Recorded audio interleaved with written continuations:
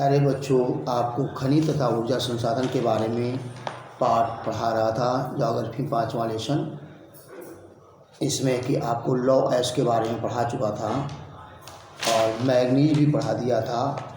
अब अलौह खनिज के बारे में पढ़ाने जा रहे हैं। अलौह खनिज किसे कहते हैं? जिसमें लौह तत्वों का अभाव पाया जाता है, अर्थात लोहे के अंश नहीं पाए जाते, जैसे तांबा, पीतल, बॉक्साइट हैं। ये कहाँ पाए जाते हैं, इनके बारे में कितना पाया जाता है भारत में, वैसे हमने पढ़ा भी दिया, फिर से दोबारा देख लें। अलौह धातु खनिजों में लोहे का अंश नहीं होता। इस खनिज के अंतर्गत तांबा, बॉक्साइट, सीसा व सोना आदि आते हैं। इनका उपयोग धातु शोधन, इंजीनियरिंग व विद्युत उद्योग में किया जाता है। भारत में अलौह खनिजों की संचित मात्रा व उत्पादन कम है या कम पाया जाता है। अब तांबा, इसका उपयोग बिजली के तार, इलेक्ट्रॉनिक्स और रसायन उद्योग आदि में किया जाता है। मध्य प्रदेश के बालाघाट खदानों में लगभग 52% तांबे का उत्पादन किया जाता है। झारखंड के सिंहभूम जिले की खदानों से भी तांबे का उत्पादन होता है।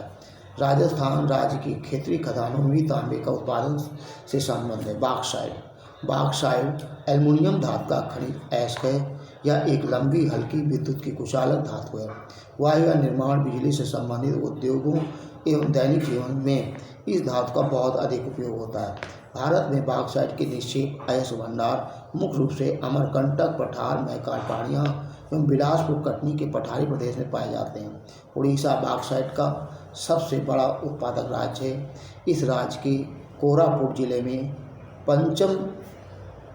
पंचम तमाली इसके निक्षेप पाए जाते हैं। पंचपतमाली लिखा है, पंचपतमाली में इसके निक्षेप पाए जाते हैं।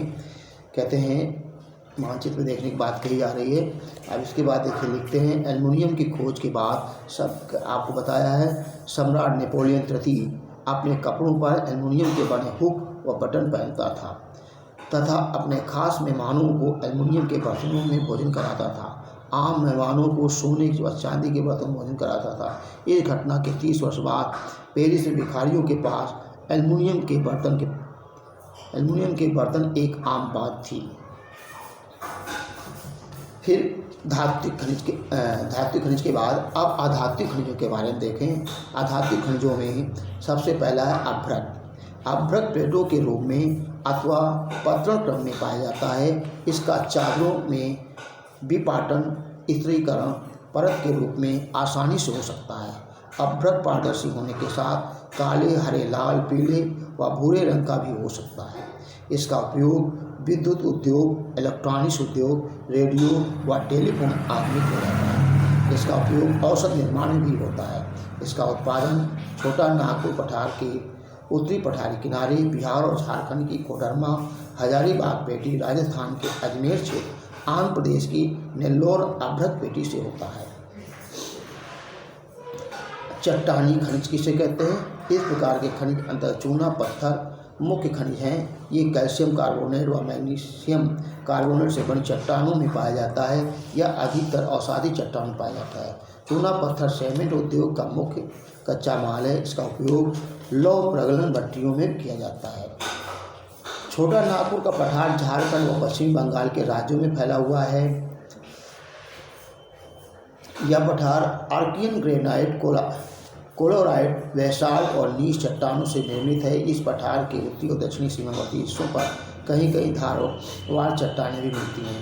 भूगर्भीय दृष्टि से बहुत अधिक भिन्नता रखने के कारण इस पठार की नसों में खनिजों की अधिकता व भिन्नता देखने को मिलती है। यहाँ मिलने वाले प्रमुख खनिजों में कोयला, तांबा, अभ्रक, बॉक्साइट, चीनी मिट्टी, लौह अयस्क, क्रोमाइट, चूना पत्थर, एम्बेस्ट, यूरेनियम, डोलोमाइट, मैग्नीज और सोना सम्मिलित है। शॉर्ट में देखें, खदानों में काम करने वाले श्रमिक लगातार धूल व हानिकारक धुएं से सांस लेते हुए फेफड़ों संबंधी बीमारियों के शिकार हो जाते हैं। खदानों की छतों के गिरने, स्लैब आने, कोयले की खदानों में आग लगने आदि खतरे खनन श्रमिकों के लिए स्थायी है।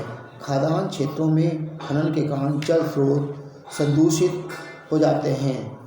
अवशिष्ट पदार्थ व खनिज तरल के मलबे में खत्ता लगने से भूमि व मिट्टी का अक्षय होता है और श्रद्धाओं जैसे नदियों और प्रदूषण बढ़ता है। खनन की क्रिया घातक न बने इस हेतु सुरक्षा के नियमों और पर्यावरणीय कानूनों का क्रियान्वयन अनिवार्य है। अब खनिजों का संरक्षण क्यों आवश्यक है? हमने इसके बारे में कई बार आपको बताया है। खनिजों का संरक्षण बहुत आवश्यक है।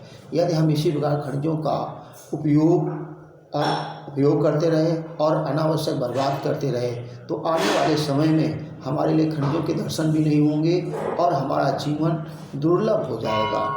इसी के बारे में इसमें वैज्ञानिक कारण बताए गए हैं, वो भी देखिए जो हमने बताया। उसके अलावा भी इसमें कुछ कारण और भी बताए गए हैं। खनिजों का संरक्षण। खनिजों का निर्माण बहुत धीमी गति से होता है। इनके निर्माण में लाखों वर्ष लग जाते हैं। मानवों द्वारा तीव्र गति से खनिजों के दोहन से ये समाप्त होते जा रहे हैं, जबकि खनिजों का निर्माण करने वाली भौतिक प्रक्रियाएं इतनी मंद गति से चलती हैं कि इनका पुनर्भरण होने में बहुत अधिक समय लगेगा। खनिज संसाधन सीमित व अनवीनीकरणीय है, इसलिए इनका संरक्षण नितांत आवश्यक है। हमें इनका उपयोग सतत पोषणीय विकास के दृष्टिकोण से करना चाहिए।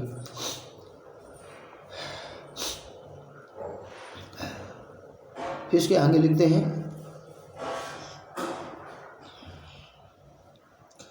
ऊर्जा संसाधन। ऊर्जा संसाधन में हमारे पास कौन कौन से पदार्थ आते हैं? पेट्रोलियम मुख्य रूप से है, और कोयला और प्राकृतिक गैस, ये तो हैं। इसके अलावा परमाणु ऊर्जा भी अलग से आपका है, उसके बारे में कल पढ़ाएंगे। धन्यवाद।